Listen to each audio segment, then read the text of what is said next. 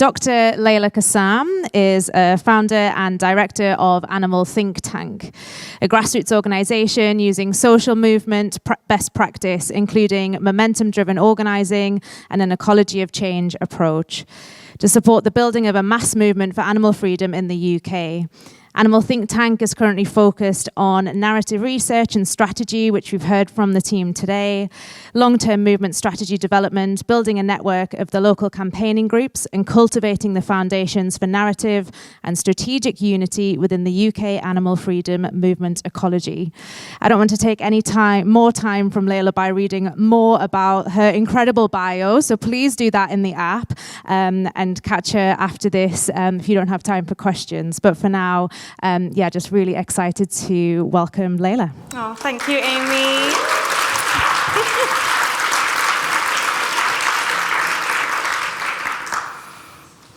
Does anyone know who this person is?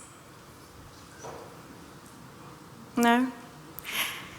This is Lewis Powell. He was a lawyer and a Supreme Court judge in the US. And he wrote something called the Powell Memo in 1971. Anyone heard of the Powell Memo? I know you have, David. We've read the same book. He was a conservative, and so he was very concerned about the spread of radical ideas in the US due to the social movements, the progressive social movements at the time, including communism. And so he wrote this 30-page memo, which many have credited as being the blueprint for the rise of modern neoliberalism.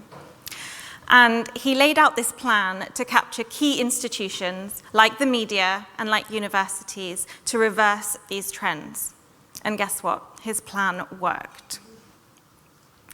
If we want to get from the horror of this, of where we are now, to a world where all animals are free to live their lives as they choose, we need our own version of the Powell Memo.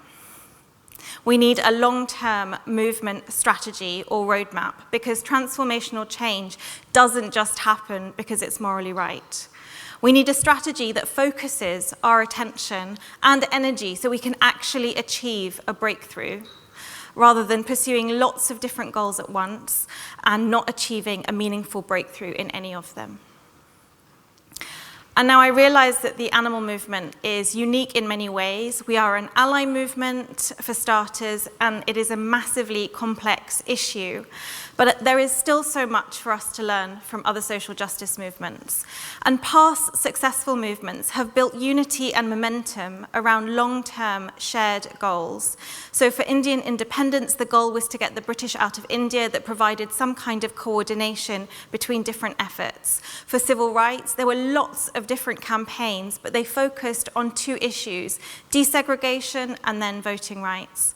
And then for the LGBT movement, marriage equality was a big goal that has been achieved on the way to the larger goal of equality for gay people under the law.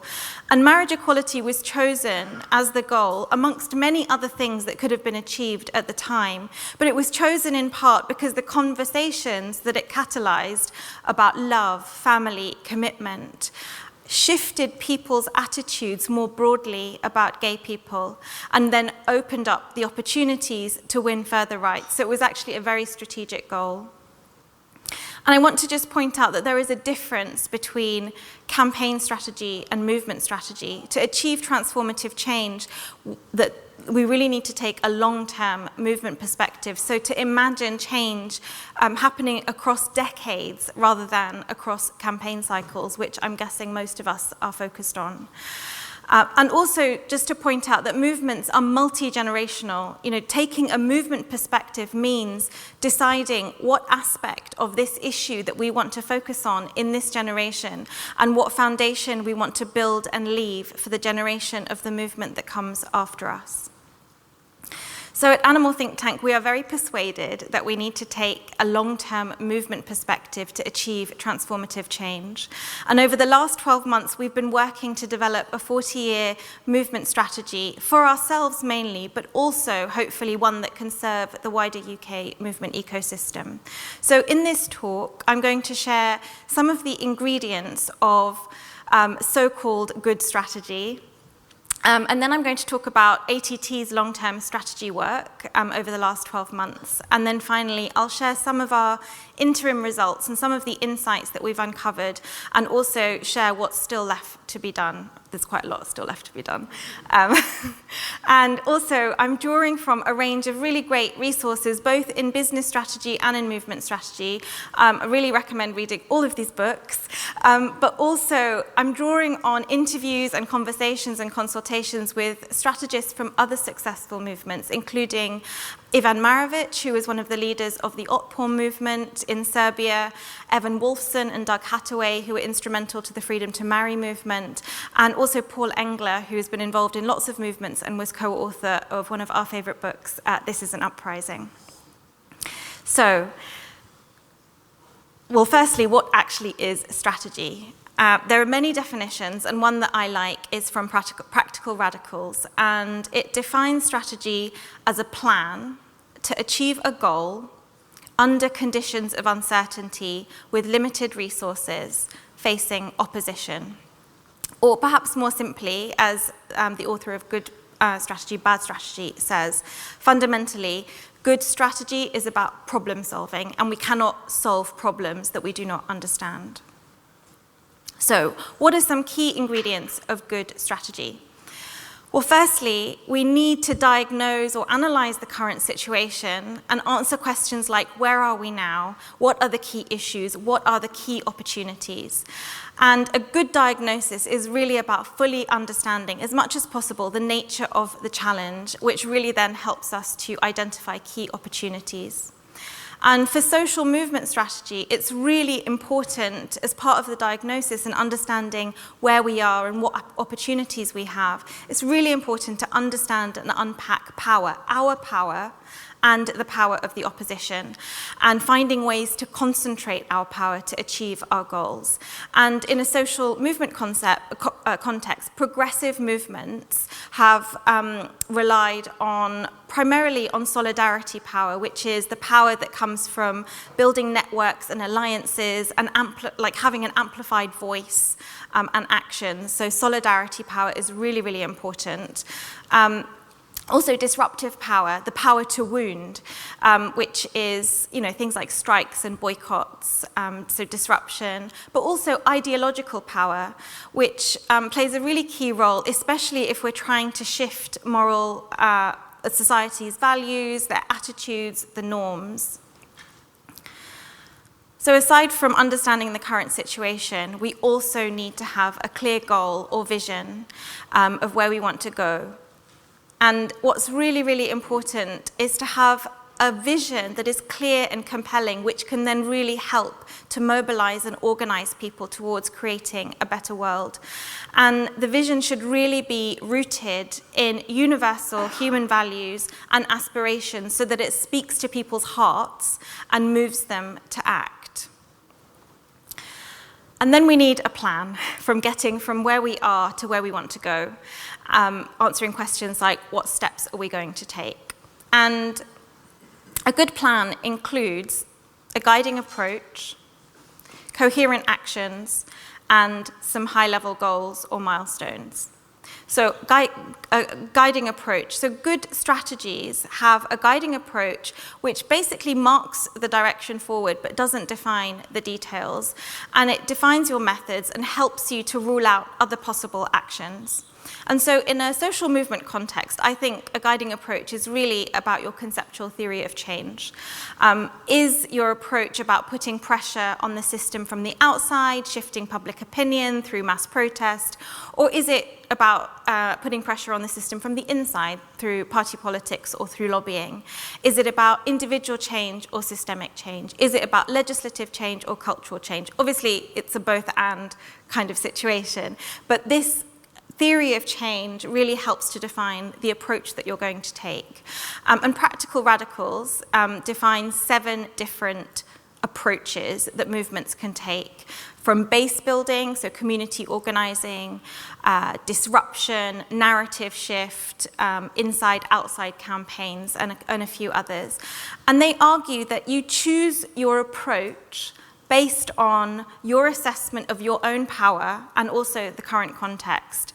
And fundamentally, we need a combination of approaches, and transformative change requires all of them at different times. And just to make this slightly less abstract, in the civil rights movement, Ella Baker, who was a legendary organizer, she promoted an approach of base building in the South in the 40s and 50s, the spade work, as she called it. And this laid the groundwork for then identifying and training grassroots leaders long before the big campaigns that we all know of the lunch counter sit-ins and the freedom riders. So the civil rights movement breakthroughs depended on both base building and on these big actions, and also on legislators and registering voters and sharing powerful images to provoke moral outrage. And no single approach would have worked alone. And similarly, Evan Wolfson, who is one of the leaders of the Freedom to Marry movement, he talks a lot about social movement strategy needing to use many different methods, combining things like litigation, legislation, direct action, public education, and persuasion. And I think the point is that different moments of history call for different combinations of these approaches. And our job, and I think this is a collective job as movement strategists, is to really sense into what combination of approaches is relevant, for now, for this context, and then sense into when it's time to shift to a different approach. Okay, so apart from a guiding approach, we also need coherent actions that are aligned with and coordinated with the guiding approach that we've chosen. And these actions effectively address the challenges that have been laid out in your diagnosis. And to have power, actions need to work together synergistically and build on one another. And then finally, we need some milestones. And these are basically guideposts that move us along and that, to help us to orient and focus us. And so, for example, with Freedom to Marry, their overarching goal or vision was to win marriage equality in the Supreme Court, but they needed to build a critical mass of states and a critical mass of public support that together would then create the climate for this Supreme Court win. And I'm making this sound all very linear and clinical, and I love this quote from Evan Wolfson, because he said, "We may be held up today as a model, but for most of it, it was a muddle." So yeah, all the best laid plans kind of go to shit. So I just want to highlight that point as well.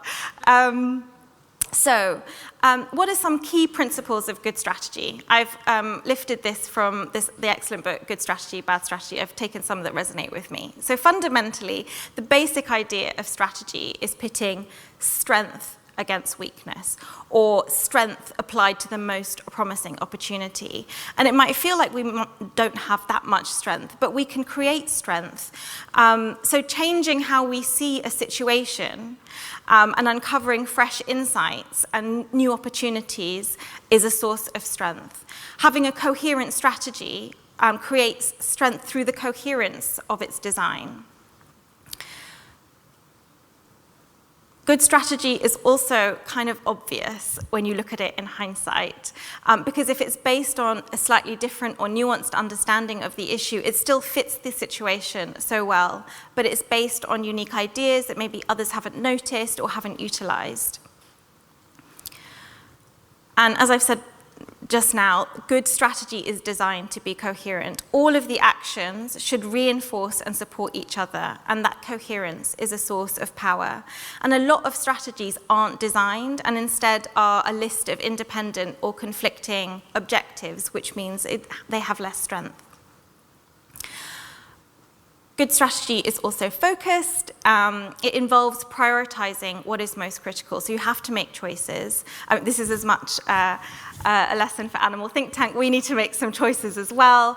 But it's really as much about what you don't do as it is about what you do. And in Good Strategy, Bad Strategy, it says, strategy is about focus, and most complex organizations don't focus their resources. Instead, they pursue multiple goals at once, not concentrating enough resources to achieve a breakthrough in any of them. And I think this is really, really important, and it implies to us at our movement a level. Are we trying to pursue too many different goals and issues at once and not concentrating resources to achieve a breakthrough in any of them? Actually, I'm just wondering, in this room, does anybody feel that we are a bit too dispersed in our goals? Hands up. This is not as many as I thought. It's interesting. Okay.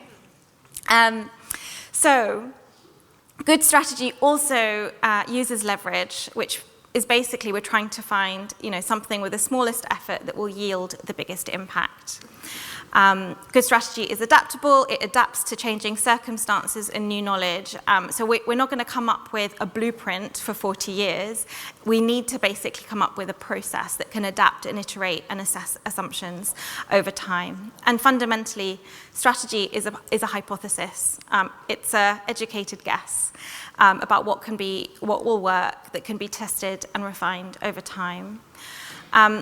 And I guess also to really point out that we are functioning in complex systems, so we can't actually predict or control much or anything, but studying these systems helps us to make intelligent bets. And change in complex systems can happen slowly, but they can also happen suddenly and unexpectedly through events or crises. It seems like nothing is changing until suddenly it does. And I don't know how many of you were at Matthew Glover's talk this morning and the ice cube. It's like, nothing's changing. -3, -2, -1, 0, still an ice cube. 1, 2, something starts changing, and suddenly it's over, it's melted. And I think this is what happens in reality and in what we need to expect in terms of social movements.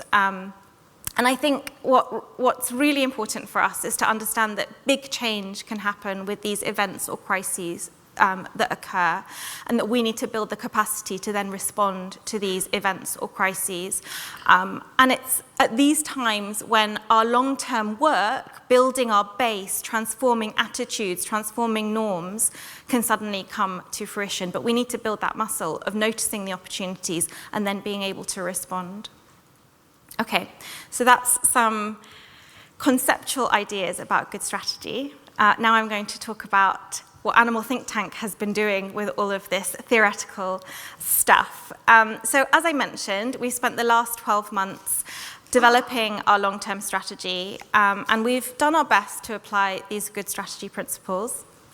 So our diagnosis, which I think we really started unpacking implicitly when we started ATT, not necessarily using frameworks, and I'm not going to go into this because of time, but one framework that we have used comes from David Neibert's work, who's an amazing sociologist. He uses a Marxist analysis, and he talks about 3 forces that are underlying the challenge of animal exploitation. Firstly, it's this idea of economic exploitation and the commodification of other animals by humans and also by capital seeking profit. He talks about unequal power with political and economic power concentrated in governments and corporations. And then he talks about ideological control through ideas, stories, attitudes based on dominionism and human supremacy, which allows this system to maintain itself. So what's the point of this? Well, it means that our long-term strategy needs to make transformations in these areas: economic exploitation, unequal power, and ideological control. And we've used other frameworks, but I don't really have time to go into it. But anyway, understanding the issue is something that we've been really trying to do. I talked about needing a goal and a vision. So our vision in our mission statement is that all individual animals have their rights to life, freedom and bodily autonomy protected in UK law and embraced by society. So that's a goal of both legislative and cultural change. But we're also currently developing a vision that's rooted in human values and aspirations that really resonates with people. And we'll be doing focus groups to test that vision and tweak it so that it can really move people and see what really moves people to act and to want to get involved with the cause. And then for the last 12 months, we have been doing a very broad range of consultations across the movement to surface ideas and opportunities to better understand our diagnosis and also better understand the opportunities. And we've consulted, over 60 stakeholders from across the movement, in-depth interviews to really understand what they think will work, why they think it will work, what they're working on, what's worked in the past. We've interviewed organizational leaders, but also legal and political experts to identify strategic opportunities and risks. We've also got advice from strategists from other movements, as I've mentioned. We've been consulting the meat-eating public through focus groups to understand how they think, but also identify opportunities to leverage public opinion. And we've also been gathering ideas from grassroots activists through larger workshops. And I think through all of these consultations, I can't tell you how much I have learned and how invaluable these insights have been. And very exciting, but also humbling, how much knowledge and experience and wisdom there is in this movement that I feel probably isn't, because of the we could be more cohesive and coordinated, isn't really being taken advantage of. And through all of these consultations, we're really hoping to build, or what we've started to call build-in rather than buy-in. So buy-in being, okay, we've done something here, let's try and get you to buy into it. But we're trying to get build-in so that people's ideas and the opportunities that other people in the movement see can be integrated into the roadmap. And we've had such a lot of support and encouragement from people that we've spoken to, because I think people really can feel that there's a need for some kind of cohesion and a roadmap to really make transformative change. So we are drowning in data, and so we're using something called cognitive mapping to try and make sense of the complexity, but also summarize and play with the data and the ideas. I don't expect you to be able to read this. I can't read it. I just wanted to show you that we're using this fancy tool. And yeah, it's a really, really great way of playing with ideas and sort of seeing, anyway, I'll talk more about this in a minute. And ultimately, as I said, good strategy is simple. So we want to then be able to boil things down into something really simple and straightforward that can be shared with the movement and taken and run with. And so this is the ground strategy framework that, we've got a ground objective, let's say in 40 years' time, what is our goal? And then milestones or focus areas, sort of structural wins, what do we need to do in order to get to that ground objective? And then campaigns that lead to the milestones, and then tactics that align with the campaigns. And just to make it slightly less abstract, if we look at the civil rights movement, we can say that the grand objective was equality for African Americans under the law, something that still hasn't really been achieved.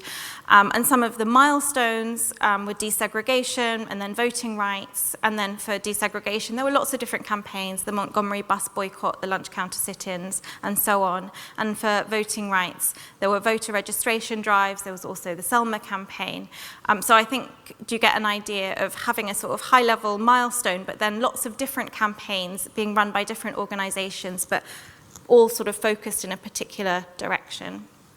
Okay, so I've talked about the theory, I've talked about our methodology, and now I'm going to share some of our interim results. What have we found so far? And I can only really share a little bit because of time, but also, still have to process so much of the data. But firstly, or maybe fundamentally, through the consultations, which I think has been really a mapping exercise of, what is it that everybody is working on? We've come up with various pathways, and within those pathways, we're identifying opportunities. So firstly, I'll just go through some of them. So political representation for animals has come out as something quite strongly. Animals are not represented in politics, and for some political theorists, this is the prerequisite to actually getting rights, whereas I think previously we've thought, we'll further animal rights and then political representation will come after, but there has been this political turn with political theorists. So we're talking more practically about something like an animal protection commission or a commissioner for animal protection, similar to the Future Generations Commissioner in Wales. And there's a few organizations now working on political representation in different countries, which is quite exciting. Of course, we've got the animal rights pathway. So this is about winning fundamental rights for animals, like the right to life, bodily autonomy, freedom. And we're exploring pathways that I think evolve beyond the traditional property personhood divide, drawing on more recent legal theory, which I'll be talking about in a minute. I'm a bit nervous because I can see some lawyers and legal scholars in the audience. And my knowledge is this and that, yeah. But anyway, and then we've got the sort of welfare enforcement and enhancement pathway, which I think, much of the professional movement is working on. So it's kind of banning cages, ending factory farming. And, there's a lot of public support for these welfare-orientated campaigns. And I think there's such an opportunity to be able to push a more radical, potentially, narrative, but, bringing people along from where they are, and a narrative that can really help people see other animals as individuals rather than commodities. We've also got the pathway of banning, sort of the abolitionist pathway of banning particular practices or industries, animal testing. I mean, I don't know if any of you were at the panel earlier with Ronnie Lee and Tom Harris, and all of that focus, and the current focus with Camp Beagle on animal testing, like that is something that's really alive and has been alive in our movement. And it, really wonder whether that's something that we should be focusing on because it's so alive and really trying to amplify. But anyway, bans on animal testing, also horse and dog racing. I mean, Animal Rising has done some amazing stuff. Also breeding of animal companions. There's so many things in terms of banning that we've looked at to see the opportunities. And also, of course, banning whole industries. Should we all be focusing on, dairy because, that's on its last legs? Or should we all be focusing on pigs? These kinds of questions. There's also a pathway of removing the money, so that's about divestment, subsidies, economic disruption through organizing workers, and of course, the welfare work that I think is going on is also very much part of this economic theory of change to try and increase production costs. Open rescue is another pathway that we're really looking at and very excited by. Both as a strategy, a bit like DXE's right to rescue, as a strategy in itself, a legal strategy in itself, but also as a method that's so potent for movement building and storytelling. And then building movement power, which I think is something that cuts across everything and is needed for any of these pathways. And this is fundamentally about bringing more people into the movement. People who care about animals, and I'm not talking just vegans, I'm talking about people who care about animals, who can take action, for us to build this broad base of people to build the power that we need to actually make meaningful and transformative demands. And also, this is not linear. All these pathways intersect, and many of the opportunities in all of these in these pathways can push forward multiple pathways. And I think that's really what we're trying to find, those opportunities that can push forward multiple pathways, that leverage that I spoke about. Okay, so for each of these pathways, we've identified insights, opportunities and risks, and also campaign ideas and narrative shifts that are needed. And we're now in the process of building those crazy cognitive maps for each of the pathways to integrate all of these different ideas. And so I think I'm going to talk about just one area of the insights that we've uncovered, because this is an area that really excites me. And just to say that we'll be publishing a lot of this over the coming months. So just to give you an idea of some of the insights that are coming out and that we're thinking about, so we've been talking to quite a few legal experts, doing some research about how to achieve fundamental rights, because I think for us, I think the rights-orientated pathway feels like where we want to be, and it's part of our mission. And in law, there are two types of entities. There's persons or property things. And legal scholars have argued that achieving moral or legal personhood is a goal that we should go for as a precondition for animals to achieve fundamental rights. And this is called the traditional view. How many of you know and follow or have followed in the past Gary Francione? Yeah, you're not embarrassed to put your hands up, that's great. Me too, by the way, and Stephen Wise. So these are the types of people who hold the traditional view that we need to abolish property status and or get personhood for animals in order to achieve further rights. But there is, and this is a nice kind of graphic that really shows this traditional view that we get personhood first and then can get rights and ultimately legal standing as a result of personhood. But that's quite a big thing to get personhood for other animals. And this is what the Non-Human Rights Project is working on in the US and hasn't had a huge amount of success so far. But there is another view, which we've uncovered. I mean, it's not going to be a surprise to any legal scholars, but it was a surprise to us that there is this thing called the unorthodox view, which suggests that animals already have some legal rights. They're weak legal rights, but they're called simple rights, and we're talking about welfare rights. And some of these can be strengthened into fundamental rights. And so this can be established through legislative change without the need to change their status to persons first. And legal scholar Eva Kempers has written a really great article called Transition Rather Than Revolution. And she argues that legal personhood or equivalent is actually a potential consequence of growing animal rights rather than a condition for achieving them. And I think this is really, really important. I mean, she talks about the fact that, the legal status of women and children have actually developed in this way. And she outlines 4 steps. The first is simple rights, so we're talking about welfare rights, and some of those can evolve into fundamental rights, the rights that we're interested in: life, bodily autonomy, freedom, the right not to suffer. And then, she talks about level 3. So once we've achieved some fundamental rights, she talks about then achieving appropriate incidence of legal personhood.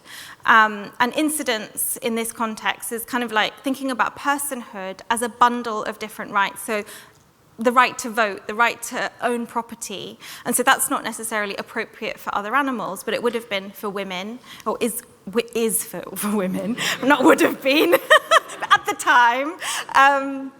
So it's, I'm trying, I don't know if I'm explaining this very well, it's a bit clunky, but my point is that actually there is an alternative pathway that I think is very exciting, that could bridge this idea of welfare and rights, that could help us to open up strategic opportunities that isn't just focused on this property personhood binary, but is actually, we could actually start focusing on achieving particular rights for other animals.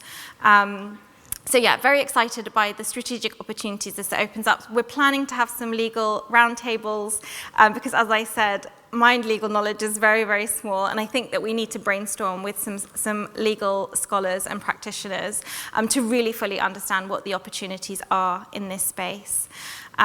Okay, so yeah, like I said, I really think it can help bridge the welfare rights dichotomy that I think is kind of unhelpful at this stage, and it reduces our power as a movement. And this is through reframing welfare protections as rights, as simple rights. And I think it's also kind of strategic to reframe welfare protections as rights, both to the public and to legislators, because we can show that we're not really asking for something revolutionary, we're asking for an expansion of existing rights. Is this making sense to people? I feel like it's, yeah, okay, great. I've never had to explain this before, so okay, thank you. All right. So other insights. And again, these insights are not revolutionary, but I think looking at things slightly differently or maybe in a different context can bring out some really interesting opportunities. So, I mean, this is something that I've got from my friend Edie from Advocates for Animals. She's really persuaded me that sort of starting with animal companions and then broadening out is a really, really great way to go.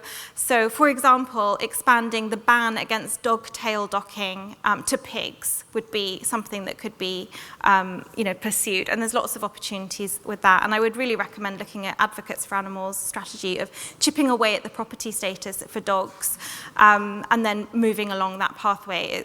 It's very exciting for me. And then another insight, and this is from the literature and also from our focus groups, is really trying to the the way that people categorize other animals is really interesting. I mean, we've got sort of different categorizations: companions, wildlife, food, pests. This is something that needs to be broken down. I'm sure you've all seen surveys where it's like, oh, some majority of the public thinks that animals deserve rights. And it's like, oh, that's amazing. And then it's actually, no, they think it's dogs and cats who deserve rights. But the thing is, I'm not saying anything really that new, that this is, I think, the connection that humans have with dogs and cats, with companions, can be really leveraged to actually start breaking down these categories.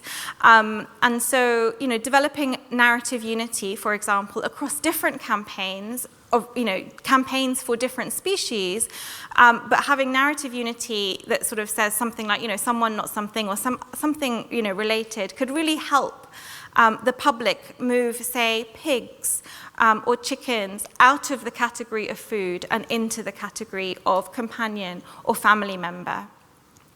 And I think Esther the Wonder Pig did a really great job of that, and I think there's lots of other examples, but I think we could do so much more in our campaigning and our narrative to really break down these categories, both within other animals and also between animals and humans. And then I think another insight that I think would be important for any of the pathways that we choose, and many of the interviews that we've done with movement stakeholders have said that we need a shift, a cultural shift, a narrative shift that really helps the public to shift the attitudes around animals as someone rather than something. And that can really help to create the conditions for many of these pathways to move forward. Okay, so we spent quite a few days in a room, 6 of us, developing this map. This isn't even the full map, but this is for fundamental rights. And it's just a way to organize our thinking and to surface insights. But I just thought I would go through just some part of this. So this is a skeleton of the map, and this shows milestones in red. So we've got 6 milestones going, so sort of milestones in red, and then we've got focus areas in purple, and then the arrows represent sort of A can lead to B, or A makes B more likely. And some of these milestones are structural, some of these are to do with cultural or narrative shifts. And I'm just to give you an idea of what we're doing, I'm just going to zoom in on that bottom left quadrant. And basically, this is a map that's built on some of the insights that I've just shared. And we can build maps based on many different insights. So there's probably an infinite number of maps that we can build. But for the map that we built, just as an idea, so we've got milestone 1, which is basically a sort of narrative shift, a shift in public perception, so that we've shifted the Overton window so that 60% of the public see farmed animals as they see animal companions. And then we've got, in purple, some of the focus areas. So we've got the campaigns that I talked about, different types of campaigns with narrative unity, showing animals as individuals. We've got narrative shift. And then shifting public perception, shifting public opinion, then creating the conditions for some legislative change. So the second milestone that you see in red is key protections achieved in law. So that could be some of those welfare protections codified as rights. We're quite excited about this idea of the right to play as a way of framing the welfare of enrichment, for example, but also chipping away at the property status of dogs, so there could be some progress in terms of dogs no longer being seen as property. And so there's lots of options. We need to uncover these with our legal roundtables, but I think you get an idea of the types of things that we're doing, hopefully. And then we've got this really complex legal map. So we've got our sort of the map that I just showed you for our campaigning, and then there's a map that we've created of all the legal opportunities that we have uncovered. And again, this needs validating, but both of these maps can be happening in tandem and working in synergy. And fundamentally, I don't think I've said maps so much in a short space of time. I'm boring myself. Okay, but fundamentally, what we really want to do is, do you remember that blue diagram with all the different pathways, political representation, animal rights, welfare enhancement? For each of those pathways, we want to create cognitive maps, and then be able to look at all of those maps and identify key nodes that might be able to push forward multiple pathways. And we really, really want to be developing these maps in collaboration with others in the movement, because there's people who've got much more expertise in a particular pathway than we do. So if anybody's interested in either feeding back on maps or taking one of these pathways and developing a map with, you know, your group of friends or activists or in your organization, that would be awesome. Please come and talk to me. Okay, so what are our next steps? We are going to, as I said, develop and hopefully crowdsource some of these maps for each pathway in collaboration with others, identify key nodes and issues. Then, once we've identified some of these key issues, we want to test them with focus groups and see how they land. And then, you know, we're very keen on integrating feedback throughout this whole process. And then, yeah, we've got to make some choices. Yeah, that's scary, but we've got to do it. And then finally, we're going to aim to share a high-level plan in the autumn. So that's the roadmap forward. If anybody is interested in reading more about strategy, I really recommend these 2 books as a starter. And, yeah, pictures being taken.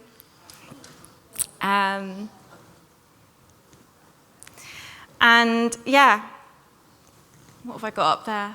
If you want to learn more about Animal Think Tank, check out our website, sign up to our newsletter. And please reach out if you'd like to learn more.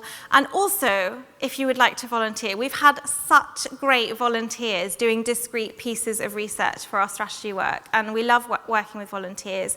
It feels like we're working more collaboratively with the movement.